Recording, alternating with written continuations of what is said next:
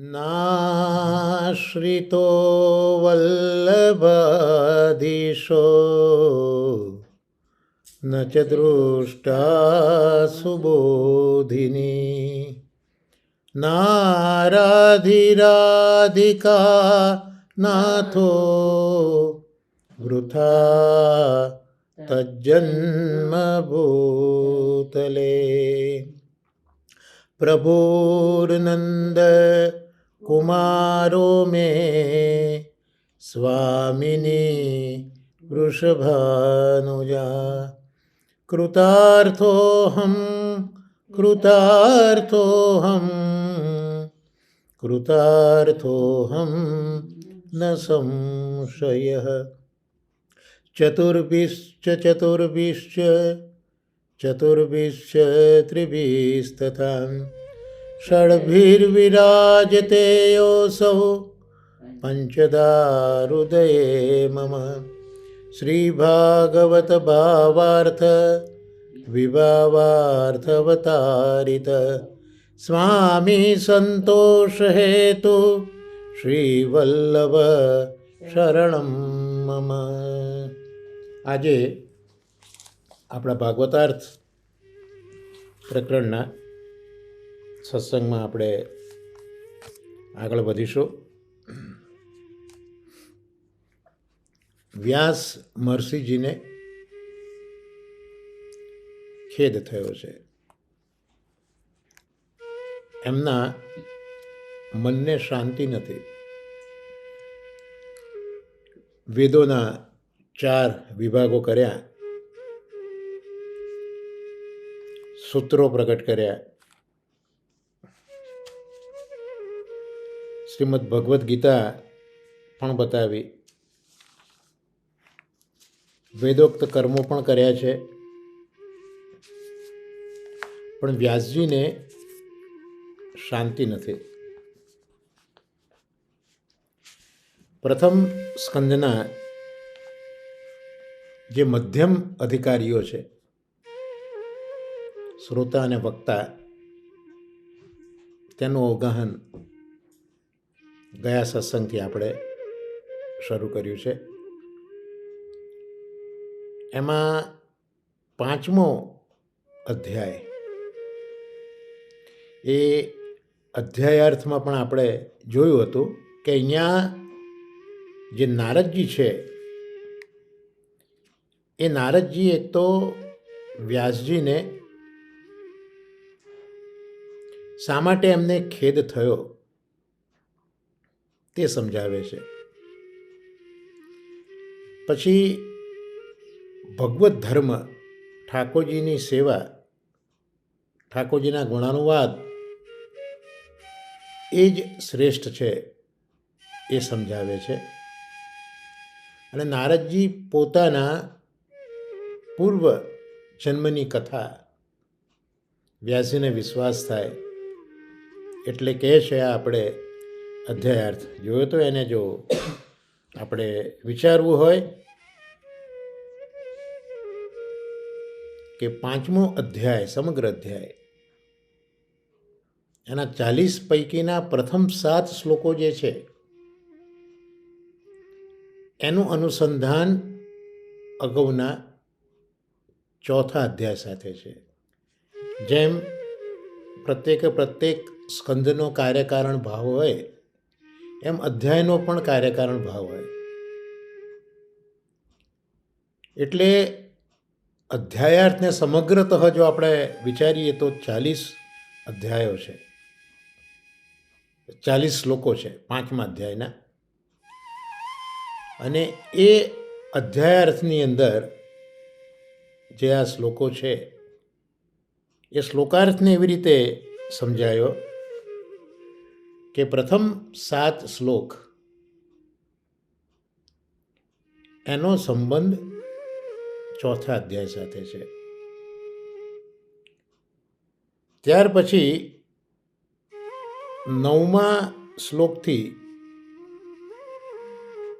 22મા શ્લોક સુધી એ 15 શ્લોકોનું વર્ણન આપણે શરૂ કર્યું. હવે એ 9મા શ્લોકથી 22 શ્લોક સુધી જે 15 શ્લોકો છે એનો પણ શ્લોકાર્થ શ્રી મહાપ્રભુજી આપણને બતાવ્યો છે કે 8મા શ્લોકથી લઈને 14મા શ્લોક સુધી નારદજી વ્યાસજીને જે ખેદ થયો છે એ ખેદનું કારણ શું છે એ નારદજીએ બતાવ્યું છે 8માંથી 14મા શ્લોકમાં. ત્યાર પછી 15મા શ્લોકથી 22મા શ્લોક, આ જે 8 શ્લોકો છે એ 8 શ્લોકમાં પ્રભુ તો ઉત્તમ કીર્તિ, ઉત્તમ યશગાનવાળા છે અને એ પ્રભુના ગુણગાનનું સમર્થન એ વ્યાસ મહર્ષિજીની આગળ નારદજીએ 15મા શ્લોકથી 22મા શ્લોકમાં કર્યું. એટલે ગયો આપણો જે ભાગવતાર્થનો સત્સંગ થયો એમાં આપણે 15થી 22 શ્લોકનું અવગાહન શ્રી મહાપ્રભુજીની કૃપાથી કર્યું અને જેમાં ઉત્તમ શ્લોક ભગવાનના ગુણગાન છે એનું સમર્થન નારદજીએ જે કર્યું હતું તે ક્રમશઃ આપણે જોયું હતું કે સકામ જે કર્મ છે એ સકામ કર્મ કરતાં પણ ભગવાનના ચરણ કમલનું સેવન એ બહુ ઉત્કૃષ્ટ છે. એ વખતે ચિંતા એવી વ્યક્ત કરી હતી કે જો કહેલા કર્મ ન કરીએ તો માર્ગમાં સ્થિતિ ન રહે, સ્ખલન થાય. ત્યારે નારદજીએ એ પણ શંકાનું નિરસન કર્યું હતું કે એક વખત ભગવદ ચરણ શરણ થઈને જો ભગવાનના ચરણોની સેવા કરીએ તો એવા સાધકનું સ્ખલન કોઈ દિવસ થતો નથી. પ્રભુ જેની રક્ષા કરતા હોય છે. તો હવે આગળ આજના સત્સંગમાં આપણે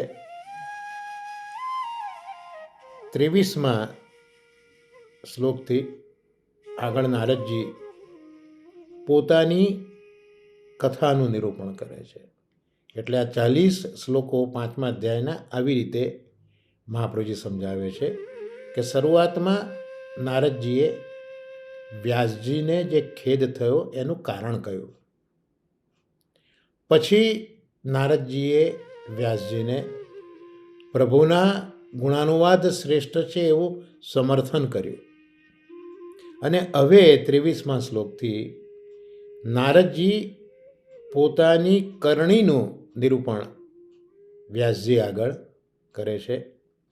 એટલે આ સત્સંગથી આપણે નારદજીએ પોતાની જે કથા આપણને કહી છે એ કથાનું અવગાહન આપણે કરીશું. એમાં 143મું પેજ જુઓ,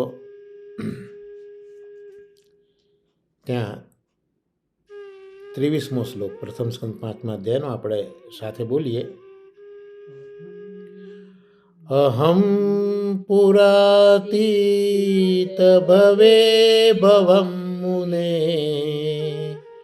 દાસ્યાસ્તુ કસ્યાશન વેદવાદિનામ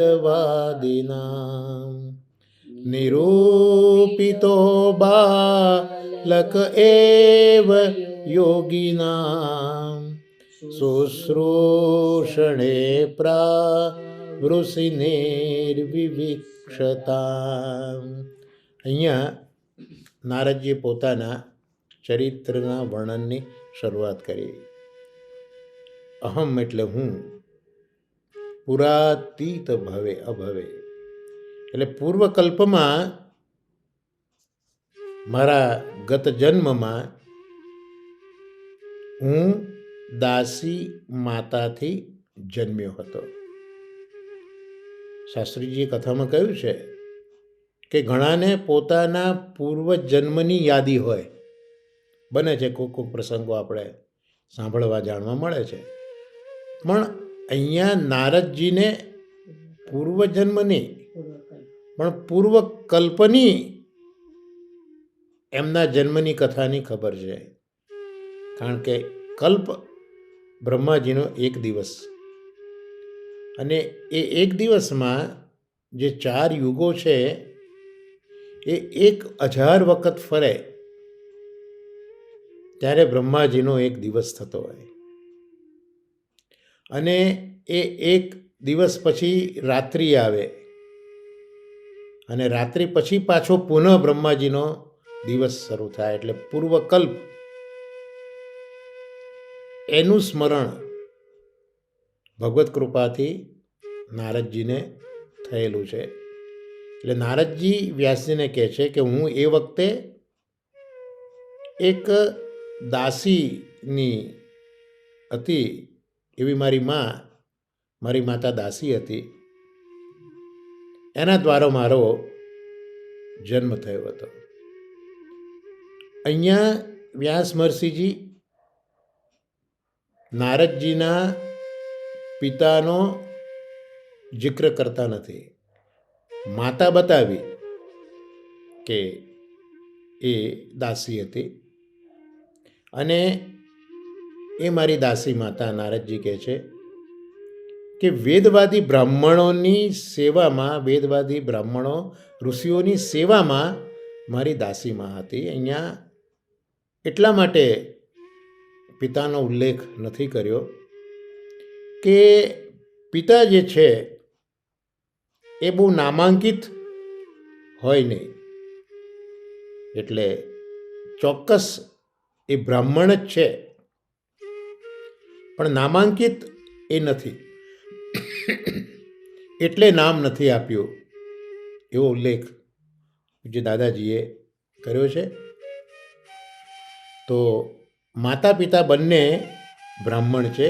એમાં જે વખતે આ વાત કરી રહ્યા છે તો બાળપણ નારદજીએ પિતાની છાયા ગુમાવી દીધી છે અને માતાની છાયામાં છે, અને માતા એ દાસી તરીકે વેદવાદી ઋષિઓને ત્યાં કામ કરે છે. હવે આ જે ઋષિઓ છે એ ચતુર્માસમાં એક જ સ્થળે નિવાસ કરતા હોય. ચતુર્માસ એટલે જે વર્ષાકાલીન જે 4 ઋતુઓ હોય છે, એ 4 ઋતુઓને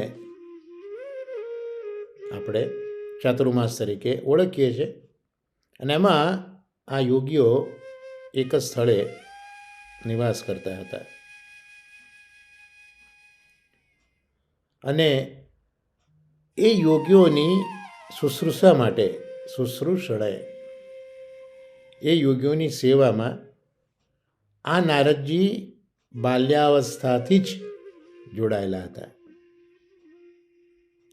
એટલે નારદજી પહેલાં દાસીના પુત્ર છે, અને બ્રહ્માના પુત્ર તો એ પછી થયા છે, અને બ્રહ્માના પુત્ર થઈ પછી ભગવાનના ભક્તોમાં શ્રેષ્ઠ થયા છે. એટલે આ પૂર્વકલ્પમાં આ બ્રાહ્મણ દાસી પુત્ર છે, એ પ્રલય થયો, અને પ્રલય પછી જ્યારે બ્રહ્માજીએ સૃષ્ટિનું સર્જન શરૂ કર્યું ત્યારે આ નારદજીને જોયા ગમી ગયો આ બાળક, કારણ કે એ જન્મમાં ઋષિઓનો સત્સંગ એમને મળેલો છે નારદજીને.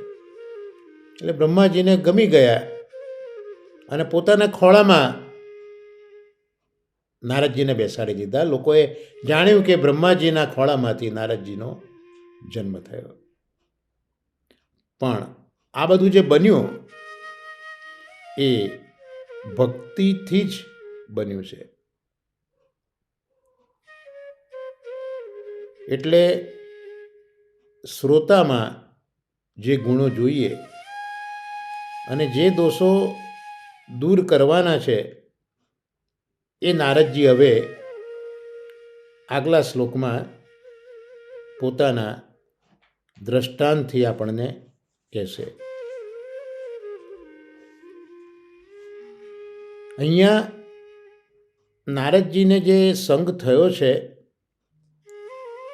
એ બધા બ્રાહ્મણો છે. ઋષિઓ છે, વેદવાદી છે, વેદને પણ જાણે છે. અને આ જે 4 વેદવાદી ઋષિઓ છે એ બધા નારદજી જ્યારે પુનઃજન્મ્યા એ વખતે ભગવત કૃપાથી એ આ 4 પરમહંસો સનત કુમાર તરીકે જન્મ લેશે. એટલે જે સત્સંગ આગલા જન્મનો અધૂરો રહ્યો છે તે સત્સંગને આગળ ધપાવવા માટે આ પૂર્વજન્મના 4 વેદવાદી બ્રાહ્મણો જ, પરમહંસો જ એ પછી સનતકુમાર તરીકે આવશે એવો ઉલ્લેખ મળે છે. તો હવે જે શ્રોતાના ગુણો અને દોષો દૂર કરવાના છે એ કઈ રીતે થયા એ 24મા શ્લોકમાં આપણે જોઈશું. તે મય્યપેતા ખિલ ચાપલેર્ભકે દાંતે ધૃત ક્રીડનકેનુવર્તિની ચક્રુઃ કૃપામ યદ્યપિ તુલ્ય દર્શનાઃ શુશ્રૂમાણે મુનયોલ્પભાષિણીના. હવે આ જે 4 મુનિઓ આવ્યા છે, મનન કરે તે મુનિઓ, અને એ બધા જન્મથી તો બ્રાહ્મણ છે જ, પણ સંસ્કારથી, દ્વિજ સંસ્કારથી આજે બીજો જન્મ થયો છે અને યજ્ઞ કરવાની દીક્ષા પણ મળી છે. તો જ્યારે જન્મ એક યોગ્ય બ્રાહ્મણ કુળમાં થાય પછી બ્રાહ્મણી શિક્ષા મળે, સંસ્કાર મળે, જનોઈ સંસ્કાર, અને પછી યજ્ઞ ઇત્યાદિ કરવાના પણ સંસ્કાર મળે. આ 3 ગુણો જે બ્રાહ્મણમાં હોય એને શ્રોત્રિય બ્રાહ્મણ તરીકે ઓળખવામાં આવે છે. એ શ્રોત્રિય કહેવાય. તો આ શ્રોત્રિય બ્રાહ્મણો છે. તો એ બધા સમદ્રષ્ટિવાળા હતા. એટલે જેમને સર્વત્ર બ્રહ્મદર્શન થયું હોય ને એ જ સમદ્રષ્ટિ બને. નરસિંહ મહેતાએ પણ કહ્યું ને, સમદ્રષ્ટિને તૃષ્ણા ત્યાગી, વૈષ્ણવજન તો તેને કહીએ સમદ્રષ્ટિ, જેની દ્રષ્ટિ સમાન છે. ગમે તેવી વ્યક્તિ હોય, ચાહે ગરીબ હોય, તવંગર હોય, કોઈ દોષવાળો હોય, કોઈ પુણ્યશાળી હોય, કોઈ પણ વર્ણનો હોય, પણ એની દ્રષ્ટિ સમાન હોય છે. તો આ મુનિવરો પણ સર્વત્ર સમદ્રષ્ટિવાળા હતા. અને એની સામે નારદજી તો હજી 5 વર્ષના બાળક છે. અને બાળકમાં ચંચળતા કેટલી બધી હોય. રંબા કૂદવાના દિવસો છે, ત્યાં નારદજી પોતે 5 વર્ષના બાલ્ય અવસ્થા, સહજ ક્રીડાપરાયણતા છોડીને એ ચંચળતા છોડી દે છે અને નારદજી સમગ્ર ચંચળતાને ત્યજી દે છે. અને ચંચળતા દેહની હોય, ચંચળતા ઇન્દ્રિયની હોય, ચંચળતા ચિત્તની પણ હોય. તો આ 3 દેહ, ઇન્દ્રિય, ચિત્ત, એની ચંચળતા ઉપર નારદજીએ કંટ્રોલ લઈ લીધો છે. એટલે નિયમનમાં ઇન્દ્રિયોને કરી દીધી છે. એટલે જ તો એમને બાલ સહજ ચેષ્ટા રમકડામાં નારદજીને હવે રસ નથી. અને એનાથી શું થયું? એ મુનિઓની આજ્ઞા મુજબ વર્તન કરતા, મુનિઓની આજ્ઞાનું પાલન તો કરતા, પણ મિતભાષી હતા અને સેવાપરાયણ હતા. સેવાપરાયણતા એ રીતની શાસ્ત્રીજીએ બતાવી છે કે મુનિઓ દાખલા તરીકે એમ કહે કે બેટા જલ લાવો, તો નારદજી સમય જોઈને, એમની આજ્ઞાનો પ્રકાર જોઈને સમજી જતા કે આ સ્નાન માટે જલ જોઈએ છે કે પીવા માટે જલ જોઈએ છે. અને 5 વર્ષનું બાળક જલ લઈને એ ઋષિઓને આપતા કે હું જલ લાવ્યો, લેશો આપ?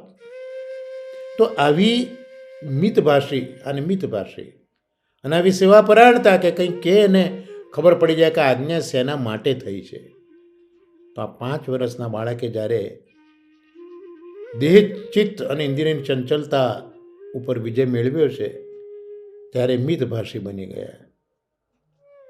અને આવા મિતભાષી સેવા પરાયણ ચંચલતા ત્યજનારા 5 વર્ષના બાળક ઉપર મુનિઓને અપાર કૃપા કરવાનું મન થયું.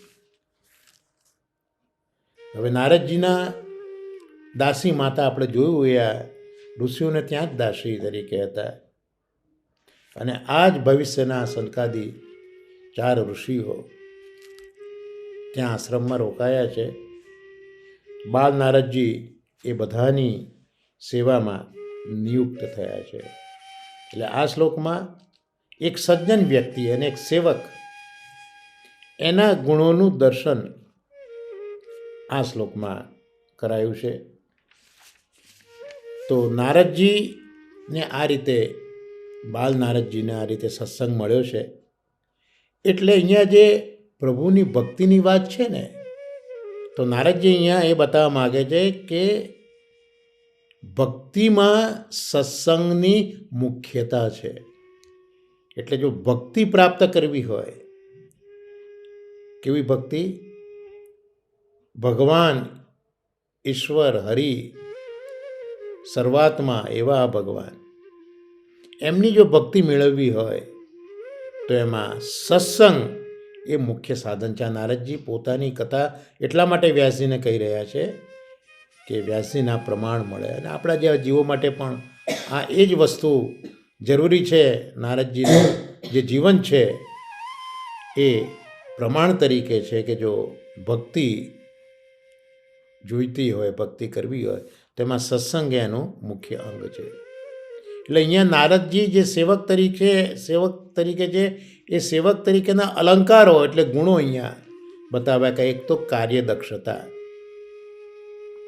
બીજું દીનતા, ત્રીજું આજ્ઞા અધીનતા, ચોથું મિતભાષિતા અને પાંચમું કાર્ય તત્પરતા. તો આ 5 નારદજીના સેવક તરીકેના અલંકારો આ શ્લોકમાં આપણને જોવા મળે છે, જે આપણે આગળ વર્ણનમાં જોયા. અને સજ્જનો એટલે સંત છે. સંત જ હંમેશા સજ્જન બની શકે, જે સામેની વ્યક્તિના દુર્ગુણનો દરિયો હોય એમાંથી પણ કોઈક સદ્ગુણનું મોતી શોધી લે. આવા વ્યક્તિ સજ્જન કહેવાય. તો આ સંતો આવા સજ્જન છે. એમના પણ લક્ષણો બતાવ્યા, હમણાં એમના પણ વ્યક્તિત્વના અલંકાર બતાવ્યા કે એક તો કૃપાલુ છે. કૃપાલુ એને જ કહેવાય છે કારણ વગર કૃપા કરે. દયામાં તો શું કંઈ કારણ પણ હોય દયા કરવાનું. કૃપા સહજ થઈ જાય, એમાં કોઈ કારણ શોધવું ન પડે. તો આવી કૃપાલુતા આ સંતોમાં છે. બીજું આગળ જોયું એમ સમદ્રષ્ટિ છે, એટલે જીવના ગુણ દોષ તરફ એ જોતા નથી અને સહાય કરે છે. અને ચોથું, પ્રયોજન વગર બોલવું નહીં. આજે આપણે વૈષ્ણવતા માટે આવશ્યક જે વસ્તુઓ છે તેમાં પણ મુકરતા દોષને આપણે ગણાવ્યો છે. વાર્તા સાહિત્યમાં આપણે જોઈએ જ છે. તો પ્રયોજન વગર એ બોલતા નહોતા. તો આ 3 અલંકારો આ સંતોના છે. હવે આપણે 25મો શ્લોક જોઈએ નારદજીના જન્મકથાનો. ઉચ્છિષ્ટલેપાદ્યનુમોદિતો દ્વિજૈ સકૃષ્મ ભુંજે તદપાસ્તકિલ્બિષ એવં પ્રવૃત્ત વિશુદ્ધ ચેતસ તદ્ધર્મ એવાત્મરુચિ પ્રજાયતે. ઉચ્છિષ્ટ લેપાદ્યનો મોદિતો દ્વિજય. એટલે આ પરમહંસો ભોજન કરતા, પ્રસાદી લેતા, અને પછી ભોજન કર્યા પછી જે ઉચ્છિષ્ટ હોય, ભોજન કર્યા પછી વધેલું એ ઉચ્છિષ્ટ કહેવાય. તો એ નારદજી એ પરમહંસોની આજ્ઞા પહેલાં લેતા, અનુજ્ઞા પહેલાં આજ્ઞા લેતા, અને આજ્ઞા પછી નારદજી એ પરમહંસોએ જે ભોજન કર્યું એનું ઉચ્છિષ્ટ એટલે પરમહંસોની પ્રસાદી એ લેતા. બહુ સરસ વાત દાદાજીએ પણ કહી છે, શાસ્ત્રીજીએ પણ કહી છે કે મનુએ જે પોતાની સ્મૃતિ લખી એમાં કેટલી આજ્ઞાઓ લખી છે. એમાં મનુએ ઉલ્લેખ એવો કર્યો કે કોઈ દિવસ કોઈને ઉચ્છિષ્ટ ન અપાય, ઉચ્છિષ્ટ ન અપાય. ભોજન કર્યા પછી આ નારદે લીધું છે, ભોજન દરમિયાન નથી. શાસ્ત્રીજીએ ખૂબ સુંદર ભેદ સમજાવ્યો હતો કે ભોજન કરતા હો અને તમે કોકને આપો અને પાછા ભોજન શરૂ કરો તો તમે પેલાને આપી દીધું એટલે પેલાને આપ્યા પછીનું પ્રસાદી તમે લો છો, આવો અર્થ એમાં નીકળે. જ્યારે અહીંયા ઉચ્છિષ્ટ એટલે ભોજન કર્યા પછીનું, જે વેદોમાં શાસ્ત્રોમાં કહ્યું છે યજ્ઞોચ્છિષ્ટ, એટલે યજ્ઞ કર્યા પછી જે વધ્યું હોય તે તમે, અને સમદ્રષ્ટિવાળા છે એટલે કોઈના તરફ વેર વંચ્યો નથી. આ તો નારદે માગ્યું એટલે એ જ એમનું સમદ્રષ્ટિપણું પુરવાર કરે છે. કારણ કે એમની દ્રષ્ટિમાં તો નારદ પણ સરખા છે, એના માતા પણ સરખા છે, ત્યાં બેઠેલા બધા જ સરખા છે. તો એ બધાને નથી આપતા, પણ નારદને આપ્યું એનું કારણ અનુજ્ઞા, વિનંતી કરી નારદે, અને પછી આ સમદ્રષ્ટિ ઋષિઓએ પોતાનું ઉચ્છિષ્ટ આપ્યું છે. એટલે શાસ્ત્રો પણ કહે છે કે જે આર્ત હોય, દુઃખી હોય, અતિથિ હોય, અભ્યાગત હોય અને આપ્તજન હોય, એને પોતાના ભોજન પછી આપીને ભોજન કરવાનો એક ક્રમ બતાવ્યો છે. તો અહીંયા ઉચ્છિષ્ટ આ રીતે કૃપાપૂર્વક પરમહંસોનું નારદજીને મળ્યું. સાથે સાથે એ પોતનું પણ કરતા. ઋષિમુનિઓ પ્રસાદ લઈ લે, પતરાવળી હોય એમાં જે લેપન થયું હોય ઓદન એ લે, તો એ પોતનું કરે. જે પાત્ર હતા રસોઈના ભોજનના એ માજતા પણ ખરા. અને આ મોટાઓની આ સેવાથી જ અંતઃકરણ પણ મંજાતું હોય છે. મહાપ્રભુજીના ધોયેલા વસ્ત્રના છાંટા એ કામનની બેઠકમાં આપણે જાણીએ છીએ કે પેલો રાજા જેણે બ્રાહ્મણોને ભૂમિનું દાન કર્યું હતું, પછી બુદ્ધિ એની ફરી તો એ જમીન દાનની પાછી લઈ લીધી અને એ પછી પ્રેત થયો હતો. તો એ પ્રેતનો ઉદ્ધાર મહાપ્રભુજીના પધારવાથી પણ નથી થયો, પણ મહાપ્રભુજીની ધોતી એને ધોઈને કૃષ્ણદાસ આવતા હતા, એના છાંટાથી પેલા પ્રેત રાજાનો ઉદ્ધાર થયો છે. તો આવી રીતે આ બધા મોટાઓની સેવા, પાત્રો માંજવા, કપડાં ધોવા, તો આ બધું આપણા અંતઃકરણના દોષોનું પણ માર્જન કરે છે. એટલે નારદજી અહીંયા જે પાત્રનું માંજન કર્યું, અંતઃકરણના દોષોનું માર્જન થઈ ગયું. નારદજી સરસ બતાવ્યું કે એક જ વખત ભોજન કરતા, અને આ પ્રકારની જે આ સેવાનો પ્રકાર જોયો એનાથી નારદજી પાપ રહિત થયા, સઘળા પાપ નારદજીના દૂર થયા. અને આવું એક દિવસનું કે 2 દિવસનું નહોતું, પણ જ્યાં સુધી પેલા 4 બ્રાહ્મણો રહ્યા ત્યાં સુધી આવું વર્તન નારદજીનું સતત થયું, અને એટલે જ એમનું અંતઃકરણ વિશુદ્ધ થયું. આપણે પણ જોઈએ લૌકિક રીતે કે કેટલાય વખતથી અવાવર રહેલું એક રૂમ હોય એને કેટલી વાર આપણે સાફ કરીએ, પોતનું કરીએ, ત્યારે એ રૂમ એ શુદ્ધ થતા હોય છે. એમ કેટલાય અંતઃકરણના દોષો ભેગા થયા હોય, દૂષિત અંતઃકરણ હોય. તો આ રોજના ક્રમથી 4 ચતુર્માસમાં નારદજીનો નિત્યક્રમ રહ્યો છે. એટલે સતત આ એક માર્જનની પ્રક્રિયા જે છે એનાથી નારદજી હવે વિશુદ્ધ અંતઃકરણવાળા બની ગયા. અને વિશુદ્ધ અંતઃકરણ થયું એટલે શું થયું કે મનમાં એક રુચિ થઈ, એક અભિરુચિ થઈ. અભિ એટલે ચારે બાજુથી રુચિ. રુચિ એટલે ગમવું તે. રુચિ કોને કહેવાય? કે દાખલા તરીકે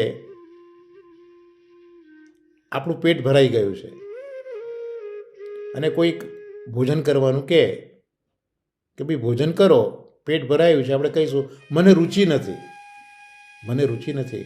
પણ ગમતી સામગ્રી હોય, ગમતો પ્રસાદ હોય અને પેટ ભરાયેલું હોય અને કોઈ કહે તો હા લઈ લઈશું. કેમ?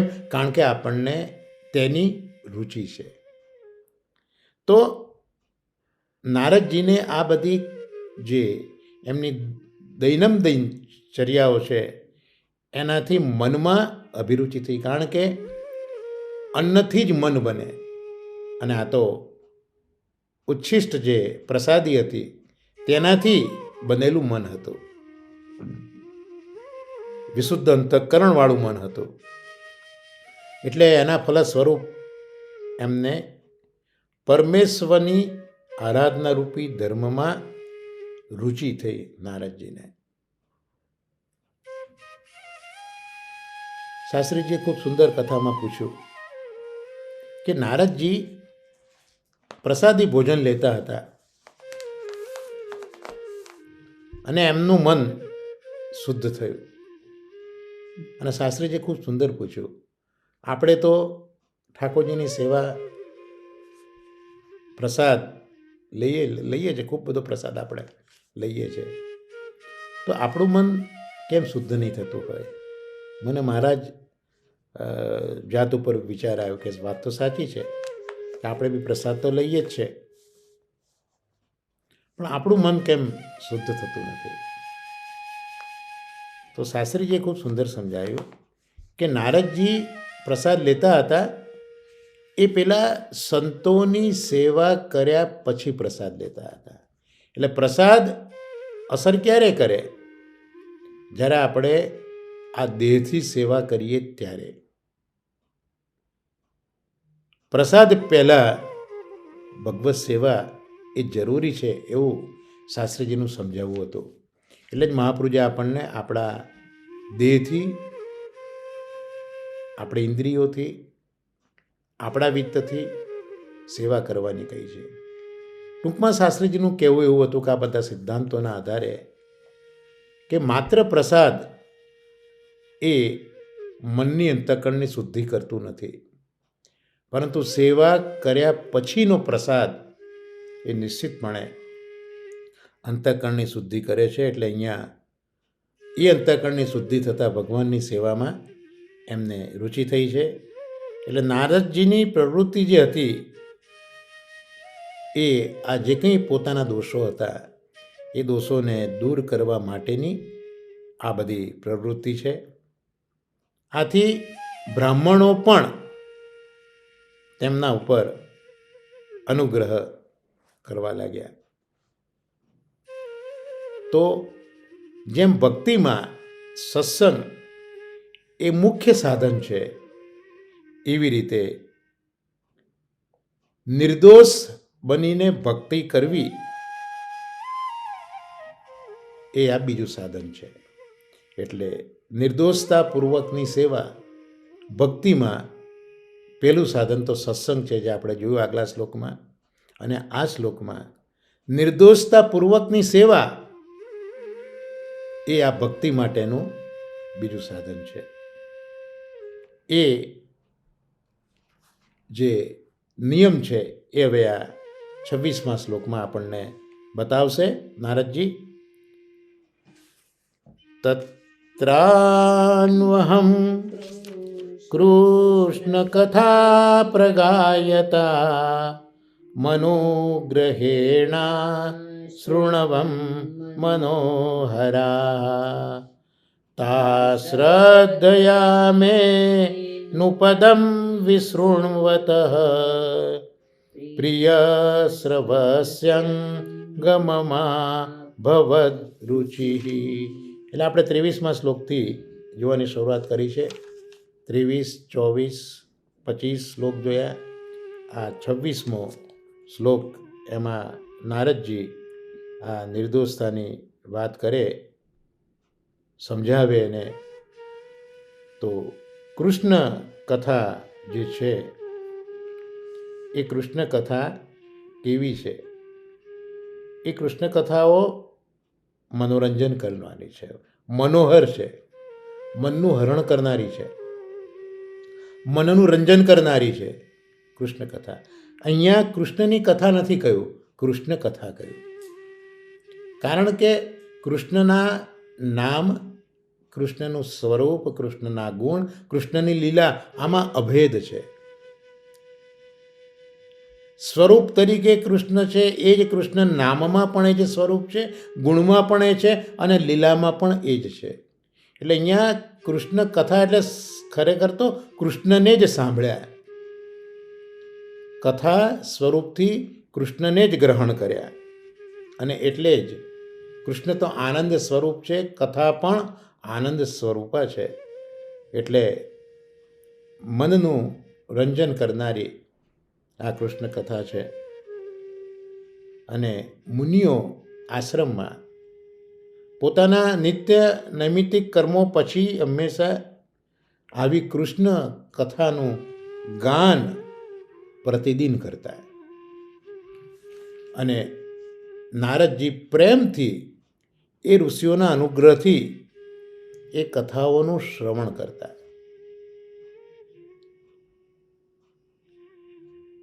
સુખદેવજીએ પણ બીજા સ્કંદમાં કહ્યું છે ને, તસ્માદ ભારત સર્વાત્મા ભગવાન હરિરીશ્વર શ્રોતવ્ય કીર્તિતવ્યશ્ચ સ્મર્તશ્ચ ઈચ્છતા ભયમ. જેને અભય જીવનમાં જોઈએ છે એને કૃષ્ણ કથાનું શ્રવણ કરવું જોઈએ. નારદજી પણ અહીંયા આ ઋષિઓ જે કીર્તન કરતા કૃષ્ણ કથાનું, એનું નારદજી શ્રવણ કરતા, પણ શ્રવણ પ્રેમથી કરતા. પ્રેમ બહુ જરૂરી છે. ને પ્રેમ ક્યારે થાય? જ્યારે રુચિ હોય ત્યારે. અને આગલા શ્લોકમાં આપણે જોયું કે નારદજીને સત્સંગથી અને નિર્દોષતાપૂર્વક સેવાથી ભક્તિમાં રુચિ થયેલી છે. એટલે પ્રેમથી શ્રવણ કરતા. ઘણી વખત એવું છે, સાંભળવું પડે છે, માટે પણ આપણે સાંભળતા હોઈએ. જ્યારે રુચિથી શ્રવણ કરતા હોઈએ ત્યારની વસ્તુ બહુ અલગ છે. એટલે પ્રેમથી એ શ્રવણ કરતા. અને એ શ્રવણ નારદજી જે કર્યું તે બતાવ્યું. જે મહાવૃજ પણ સમજાવે છે કે પ્રત્યેક શ્લોકાર્થ તો બરોબર છે, પણ શ્લોકમાં આવેલા, એ પદમાં આવેલા શબ્દ અને અર્થનું પણ આપણે અનુસંધાન કરવું જોઈએ, તો જ ભાગવત ફલ આપે. એટલે નારદજી પ્રેમપૂર્વક શ્રવણ તો કરતા હતા, પણ એ કથાના પ્રત્યેક પદ, એ પદમાં રહેલા પ્રત્યેક શબ્દ અને શબ્દમાં રહેલા પ્રત્યેક અક્ષરનું શ્રદ્ધાપૂર્વક શ્રવણ કરતા. એટલે નારદે એક તો પ્રેમપૂર્વક શ્રવણ કર્યું છે, અને બીજું નારદજીએ શ્રદ્ધાપૂર્વક શ્રવણ કર્યું છે. તો આ રીતે ભગવાન શ્રી કૃષ્ણના અંદર આ બાલ નારદની રુચિ થઈ. એટલે શ્રવણ ઇત્યાદિ પહેલાં પણ આચાર્ય ચરણો જે સાધન બતાવે છે, એમાં શ્રવણ પહેલાં રુચિ બતાવી છે. ભાગવતાર્થમાં રુચિ થવી જોઈએ, રુચિવાળું શ્રવણ હોવું જોઈએ. તો ઠાકોરજીમાં ભક્તિ થાય. જે સાધનો બતાવ્યા છે એ સાધનોમાં સૌથી પહેલું સાધન રુચિ, પછી શ્રવણાદિ કહ્યું છે. તો પ્રભુમાં પ્રેમ થાય. જ્યાં નારદજી પોતાના જીવનના દ્વારા આપણને પ્રમાણ આ બધું આપી રહ્યા છે. જે મહાપ્રભુજી આપણને શ્રીમદ ભાગવતમાં, ભાગવતાર્થમાં, 16 ગ્રંથોમાં જે સમજાવે છે તે અહીંયા આપણને આ પ્રમાણ નારદજી આપણને આપી રહ્યા છે વ્યાસ મહર્ષિજીના મીશ દ્વારા. ત્યાર પછી 27મો શ્લોક જોઈએ. તસ્મિંસ્તદાલદરુચેર્મહામુને પ્રિયશ્રવસ્ય સ્ખલિતા મતિર્મમ યયાહમેતસ સદસસ્વ માયયા પશ્યે મયી બ્રહ્મણી કલ્પિતમ પરે. હવે જે નારદજીની બુદ્ધિ થઈ ને એ ભગવાનમાં સ્થિર થઈ. કારણ કે જે પેલી પ્રસાદી મળી છે ને એ પ્રસાદીથી બુદ્ધિની શુદ્ધિ થાય અને પાપની શુદ્ધિ થાય. આ પ્રસાદના અલૌકિક ગુણો છે કે પ્રસાદ એક તો દોષની શુદ્ધિ કરે છે અને બુદ્ધિની શુદ્ધિ કરે છે. એટલે આપણે પણ જો કાયિકી સેવા, વિત્તની સેવા કરીએ ને પછી પ્રસાદ લઈએ તો નિશ્ચિતપણે આપણી બુદ્ધિ પણ શુદ્ધ થાય. પ્રસાદ હંમેશા શુદ્ધિ બુદ્ધિની કરતું હોય છે. એટલે અહીંયા નારદજીની બુદ્ધિ હવે શુદ્ધ થઈ છે એટલે ભગવાનમાં એ સ્થિર થઈ છે. એટલે પેલા સંત કૃપાએ જે ઉચ્છિષ્ટ લીધું છે એનાથી નારદજીની પાપની પણ શુદ્ધિ થઈ ગઈ છે અને બુદ્ધિની પણ શુદ્ધિ થઈ છે. અને સત્સંગ તો છે જ, અંતઃકરણ શુદ્ધ રાખીને સેવા પણ કરી છે. એટલે હવે ભગવાનમાં સ્થિર બુદ્ધિ નારદજીની થઈ ગઈ છે. એટલે એ સ્થિર બુદ્ધિ થઈ એમ નારદજીને ખબર કેમ પડ્યું કે આપણે કઈ રીતે ખ્યાલ આવે કે સ્થિર બુદ્ધિ થઈ? તો નારદજીને એવું લાગ્યું કે આ જગત, તેઓ જગતથી પર છે અને બ્રહ્મરૂપ છે. એટલે જગતમાં એમને બ્રહ્મના દર્શન થવા માંડ્યા. એમનામાં એવી એક સર્વજ્ઞતા આવી કે એમને લાગ્યું કે આ જે જગત જે છે એનાથી હું પર છું અને હું બ્રહ્મરૂપ છું, મારો આત્મા છે. એ આત્મા નથી પણ પરમાત્મા એ સ્વરૂપે બિરાજ્યા છે. આવી બ્રહ્મજ્ઞતા, આત્મજ્ઞતા નારદજીમાં આવી ગઈ અને એમને સમજાઈ ગયું કે આ જે સ્થૂળ શરીર છે, એમનામાં જે સ્થૂળ શરીર રહેલું છે એ તો માયાજનિત છે, માયાથી કલ્પેલું છે. આવી રીતે એ પોતાના દેહને જોવા માંડ્યા. એટલે નારદજીને રુચિ થઈ. રુચિ પછી સેવા એમણે કરી. એ સેવા કરવાથી એ જે સ્વરૂપની સેવા કરતા હોય એમાં અખંડ મતિ થાય અને અખંડ મતિ થયા પછી જે સ્વરૂપને સેવીએ એ સ્વરૂપનું જ્ઞાન થાય અને સ્વરૂપનું જ્ઞાન થાય તો જ આપણને પ્રભુમાં અખંડ પ્રેમ થાય. તો આપણને આપણા પ્રભુમાં પ્રેમ થયો કે નથી થયો એ જાણવા હવે કોઈ જગ્યાએ જવાની જરૂર નથી. નારદજી અહીંયા આપણને વ્યાસ મહર્ષિજીના દ્વારા બતાવી દીધું કે પહેલાં સેવામાં રુચિ થાય. એટલે સેવા કરવી હોય ને તો પહેલાં રુચિ જોઈએ. એટલે રુચિ પછી જ શ્રવણાદિ કરીએ ત્યારે સેવા થાય. અને એ સેવા પછી જે સેવ્ય સ્વરૂપ છે આપણું, એ સેવ્ય સ્વરૂપમાં આપણી અખંડ મતિ રહે. એ મતિ ચલિત ન થાય, ચ્યુત ન થાય, પણ અખંડ મતિ પછી એ સેવામાં રહે. અને જ્યારે એ સ્વરૂપની અંદર અખંડ મતિ આપણી થાય ત્યારે એ જે સ્વરૂપ છે એ આપણને એ સ્વરૂપનું પોતાનું જ્ઞાન કરાવે. એટલે સ્વરૂપ જ્ઞાન થાય.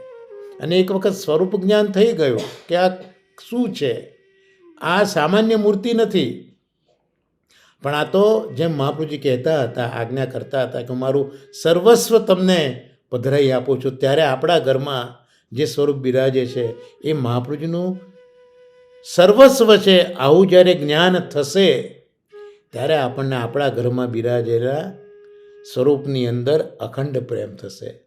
પછી અહીં ત્યાં ભટકવાનું બહુ મન આપણને થશે નહીં.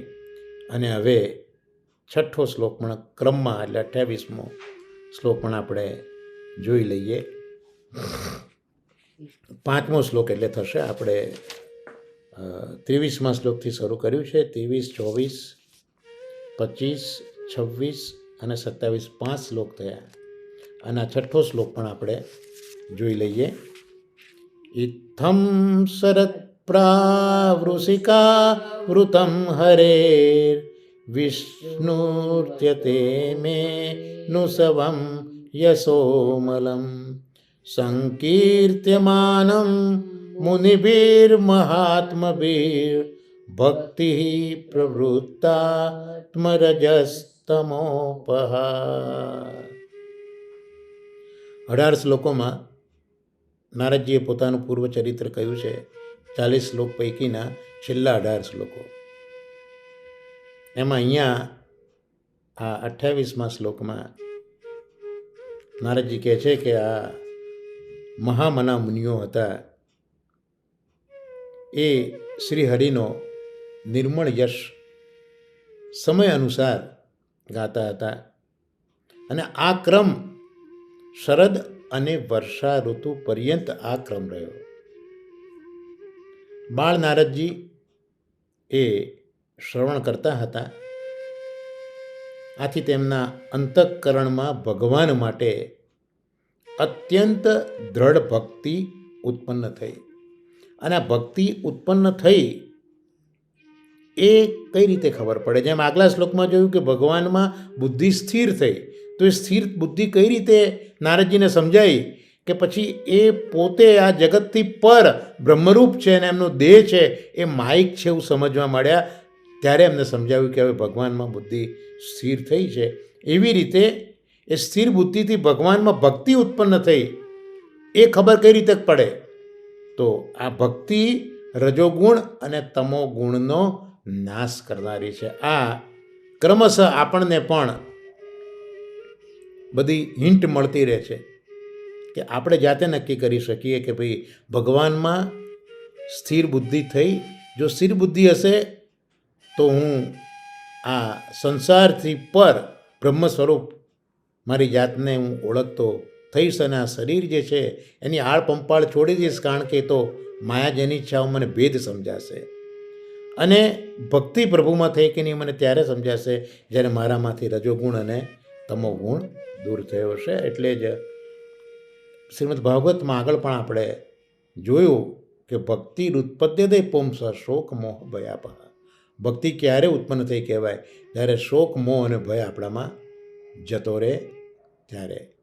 તો આ રીતે અહીંયા આજે આપણે આપણા સત્સંગને વિરામ આપીએ છીએ અને બાકીનો આજનો આપણો જે આ સમય છે એમાં પંચતત્વની અંદર શ્રીમદ વલ્લભાચાર્યજીના જીવન ચરિત્રને બીજું તત્વ આપણે જોઈએ છે.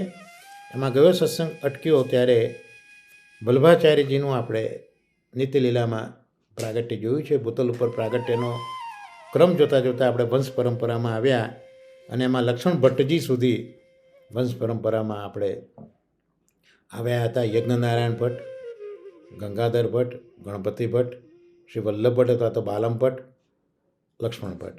હવે લક્ષ્મણ ભટ્ટજીની આગળ કથા આપણે જોઈશું કે લક્ષ્મણ ભટ્ટજી પોતે પ્રેમાકર મુનિને ત્યાં જનાર્દન ક્ષેત્રમાં ગયા છે અને ત્યાં પછી એમના પિતા, એમના સાસુ એ બધા આવ્યા છે અને મુનિએ એમને પુત્ર થાય એવા આશીર્વાદ ઇલમા કારુજીને આપેલો છે. અને પછી કહ્યું છે પિતૃચરણોએ કે હવે અમે એમને ઘરે લઈ જઈએ. પ્રેમાકર મુનિએ ધ્યાન કરીને ભગવાનની આજ્ઞા શું છે તે જાણીને લક્ષ્મણ ભટ્ટજીને કહ્યું છે કે હવે તમે આ બધા સાથે ઘરે જાઓ. તો આ રીતે લક્ષ્મણ ભટ્ટ પાછા જનાર્દન ક્ષેત્રમાંથી પોતાના ગામ કાંકુભર ત્યાં આવ્યા છે, ત્યાં રહે છે અને પિતાજીની આજ્ઞા પ્રમાણે સ્વગૃહનું જે નિયમો છે એનું પાલન કરે છે. હવે એમાં એક વખત એમને શંકર દીક્ષિત મળવા માટે આવ્યા. આ શંકર દીક્ષિત કોણ છે? તો એ નજીકમાં એક ધર્મપુર કરીને ગામ છે, ત્યાં એ રહેનારા છે અને પોતે પણ કૌંડિન્ય ગોત્રી બ્રાહ્મણ છે. અને એક વખત મળવા માટે લક્ષ્મણ ભટ્ટજી પાસે આવ્યા અને આવીને એમને પોતાની ઈચ્છા વ્યક્ત કરી લક્ષ્મણ ભટ્ટજી આગળ કે હું ત્રિસ્થલી યાત્રા કરવા માગું છું. ત્રિસ્થલી એટલે પ્રયાગ, કાશી અને ગયા. આ 3 સ્થળની યાત્રા કરે એને વખતે ત્રિસ્થલી યાત્રા કહેવાય.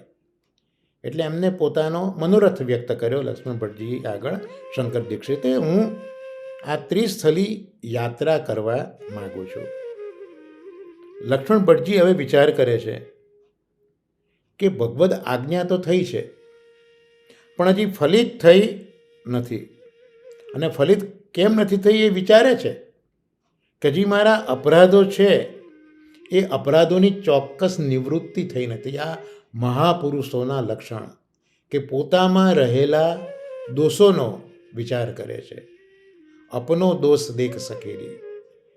એ વિચારે છે કે આજ્ઞા ફલિત કેમ નથી થતી. નિશ્ચિત મારામાં કંઈક હજી અપરાધો રહ્યા છે, હજી મારા અપરાધો નિવૃત્ત થયા નથી જેથી ભગવદ પ્રાગટ્ય થાય. તો આ અપરાધોને દૂર કરવા મારે શું કરવું? તો લક્ષ્મણ ભટ્ટજી વિચારે છે કે લાવને હું પણ આ ત્રિસ્થલી યાત્રા કરવા જાઉં. એટલે બોલ્યા શંકર દીક્ષિત આગળ કે હું પણ યાત્રા કરવા માટે તમારી સાથે આવીશ. એનું કારણ પણ બતાવ્યું છે. કારણ એ કે આ કલિયુગનો પ્રભાવ એવો છે કે એમાં યજ્ઞ, યાગ વગેરે કરતાં પણ ગંગા વગેરે તીર્થોની યાત્રા છે એ અધિક છે એવું શાસ્ત્રોએ કહ્યું છે. એટલે અત્યારના કલિકાલમાં આ ગંગા વગેરે તીર્થોની યાત્રાનું મહત્ત્વ બહુ છે. જો આપણે ત્યાં પણ વ્રજયાત્રાનું કેટલું બધું મહત્ત્વ છે. આચાર્ય ચરણોએ પણ 3 વખત પૃથ્વીની યાત્રા કરી છે. એટલે તીર્થોને જ સનાત કર્યા છે આ રીતે. એટલે આ વૈદિક પરંપરામાં કલિયુગમાં તીર્થયાત્રાનું મહાત્મ્ય મહાપ્રભુજીએ આચાર્ય તરીકે, ગુસાઈજીએ આચાર્ય તરીકે પ્રસ્થાપિત કર્યું જ છે કે આ તીર્થયાત્રા કલિયુગની અંદર ફલવંતી છે, દોષો અપરાધોને દૂર કરનારી છે. તો તીર્થયાત્રા અધિક છે યજ્ઞ વગેરે કરતાં, એમ લક્ષ્મણ ભટ્ટજીએ વિચાર્યું કલિયુગમાં. અને આટલું કહીને આ શંકર દીક્ષિત તો પોતાના ગામ પાછા ગયા. અને થોડા સમયમાં લક્ષ્મણ ભટ્ટજીએ પણ બધી તૈયારી કરી દીધી. એ તૈયારીમાં એક તો એમણે જે પત્ની યલમ્માજી છે, યલમ્માજીને સાથે લેવાના છે. પણ યલમ્માજી જે બીજા પત્ની, પોતાની 3 સંતતિ રામ, કૃષ્ણ, સુભદ્રા, સરસ્વતી અને પોતાનું ઘર, આ બધાનો ભાર પોતાના ભાઈ જનાર્દનને સોંપી દીધો. અને પેલા ગૃહસ્થ છે એટલે અગ્નિ હોય ને, ગૃહસ્થના ઘરમાં અગ્નિ હોય, ગારેપત્ય અગ્નિ એ ઓળખાય, જેના દ્વારા એ રોજ યજ્ઞ ઇત્યાદિ એ યજ્ઞ સાથે રાખે. એટલે એમાં જે અગ્નિ હોય એનાથી જ રોજ એ યજ્ઞ કર્યા. જે ગૃહસ્થાશ્રમ પાળનારા જે છે, નીતિ નિયમોથી જીવનારા, એ આવી રીતે ગારેપત અગ્નિ પોતાની પાસે રાખતા. એટલે બાકીનું બધું તો જનાર્દન ભાઈને સોંપી દીધું, પણ જે પેલો અગ્નિ હતો એ અગ્નિને પોતાની પાસે રાખ્યો, ગાળાની અંદર લીધો. અને બીજા યાત્રીઓ હતા, જેમાં ઋત્વિકો પણ હતા, એટલે યજ્ઞ કરનારા પણ હતા, અને પત્ની વગેરેને સાથે લઈને પોતાના ઘરથી લક્ષ્મણ ભટ્ટજી નીકળ્યા છે. ત્યાંથી નીકળીને એ પેલા શંકર દીક્ષિત જે ધર્મપુર રહે છે ને ત્યાં પધાર્યા છે. અને ત્યાં શંકર દીક્ષિતને મળીને સાથે લઈને પોષ મહિનામાં એ પ્રયાગ ક્ષેત્રમાં પહોંચ્યા. પ્રયાગમાં પહોંચીને એમને તીર્થ વિધિથી સ્નાન કર્યું. જો કેટલા સુંદર શબ્દો છે. સ્નાન કર્યું એવું નથી, તીર્થ વિધિથી સ્નાન કર્યું. એટલે આપણે પણ તીર્થોમાં જઈએ, સ્નાન કરીએ, પણ એનો ચોક્કસ એક વિધિ હોય છે. આપણે પણ પરિક્રમા કરીએ છીએ તો યમુનાજીના કિનારા પર આપણને નિયમો લેવડાવે છે, નિયમો લઈને વ્રજયાત્રા કરીએ છીએ. તો આવી રીતે એમને પણ તીર્થ વિધિથી ત્યાં પ્રયાગમાં સ્નાન કર્યું છે, મુંડન કરાયું, ઉપવાસ કર્યો, ત્યાં જે દેવતા હોય એ દેવતાનું અર્ચન કર્યું, એટલે પૂજા કરી, શ્રાદ્ધ ઇત્યાદિ પણ કરાયા, ત્યાં દાન આપ્યું,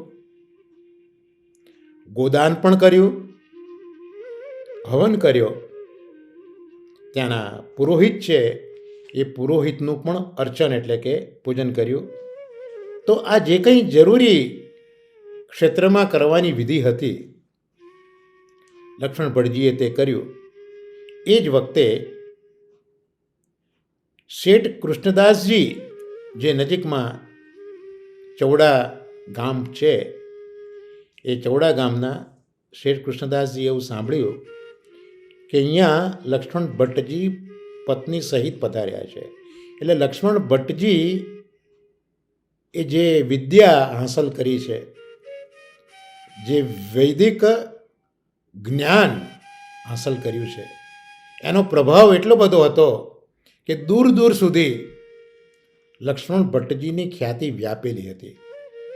તો આ ચૌડાનગરના દિવાન કૃષ્ણદાસ એમના કાન સુધી આ લક્ષ્મણ ભટ્ટનો પ્રભાવ, એમની પ્રતિભા, જેમ અત્તર હોય એ અત્તરને દૂર નથી જવું પડતું, એની દૂર સુધી ફેલાયેલી સુગંધ જ કહી દે કે અહીંયા અત્તર છે. એમ એમના વ્યક્તિત્વની સુગંધ એટલી ફેલાયેલી હતી સમાજમાં કે આ કૃષ્ણદાસ એ સાંભળીને કે અહીંયા પ્રયાગમાં પધાર્યા છે લક્ષ્મણ ભટ્ટજી પત્ની સહિત, એ ત્યાં આવ્યા. અને આવવાનું કારણ એ જ હતું કે કૃષ્ણદાસજીને કોઈ પુત્ર નહોતો, એટલે પુત્રની કામના હતી. એટલે પુત્રની કામનાથી એ પોતાની પત્નીને લઈને આ લક્ષ્મણ ભટ્ટજી પાસે આવ્યા અને પ્રાર્થના કરી લક્ષ્મણ ભટ્ટજીને કે અમને પુત્ર થાય એવું વરદાન આપો. ભટ્ટજીએ પોતાના ઈષ્ટદેવનું આરાધન કર્યું, કારણ કે ગોપાલ મંત્રની દીક્ષા તો લીધેલી જ હતી, આપણે જોયું જનાર્દન ક્ષેત્રમાં, અને પરંપરાથી મુકુંદ ભગવાન તો એમને ત્યાં બિરાજતા જ હતા. અને યજ્ઞમાંથી મદન મોહનજીનું સ્વરૂપ પણ પ્રગટ થયેલું હતું. તો આ ઈષ્ટદેવનું આરાધન કર્યું અને પછી શેઠજીને વરદાન આપ્યું. આપણે વાર્તા સાહિત્યમાં પણ જોઈએ છે કે વૈષ્ણવને ત્યાં પુત્રની ઈચ્છા માટે આવેલાને પોતાના પ્રભુ આગળ વિનંતી કરીને પુત્ર પ્રાપ્તિનું વરદાન આપણા વૈષ્ણવે પણ આપેલું છે. પણ એનાથી પ્રસિદ્ધિ થાય, સેવામાં યોગ્ય નથી એમ માનીને પછી પોતાનું ગામ છોડ્યું છે. આ 84 વૈષ્ણવ સાહિત્યમાં આપણા જોવા મળે છે. અહીંયા લક્ષ્મણ ભટ્ટજીએ ઈષ્ટદેવનું આરાધન કર્યું અને શેઠજીને વરદાન આપ્યું અને પછી શેઠજીને પોતાના ઘરે મોકલ્યા અને શેઠજીને ત્યાં પુત્ર પણ થયો છે. એ આપણે પછી આગળ જોઈશું. તો હવે પ્રયાગમાં સ્થિરતામાં આટલું કર્યા પછી હવે લક્ષ્મણ ભટ્ટજી કાશી પધારશે.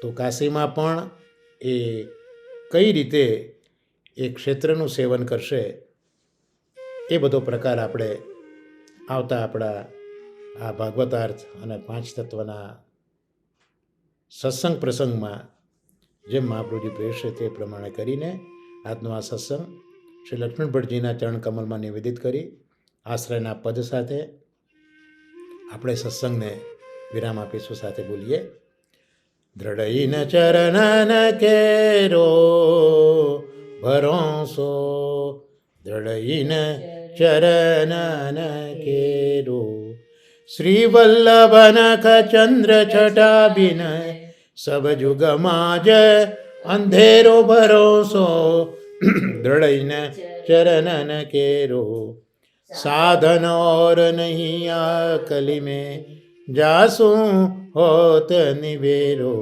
सुर कहा कहे दुविधा धड़ो, बिना मोल को ચેરો ભરોસો દૃઢઈન ચરનન કેરો. શ્રી ગોવર્ધન નાથ કી જય. શ્યામ સુંદર શ્રી અમને મહારાણી કી જય. શ્રી આચાર્યજી શ્રી મહાપ્રભુજી કી જય. સર્વે વૈષ્ણવોને મહારાજ વર્ષાના ભગવત સ્મરણ અને વંદન.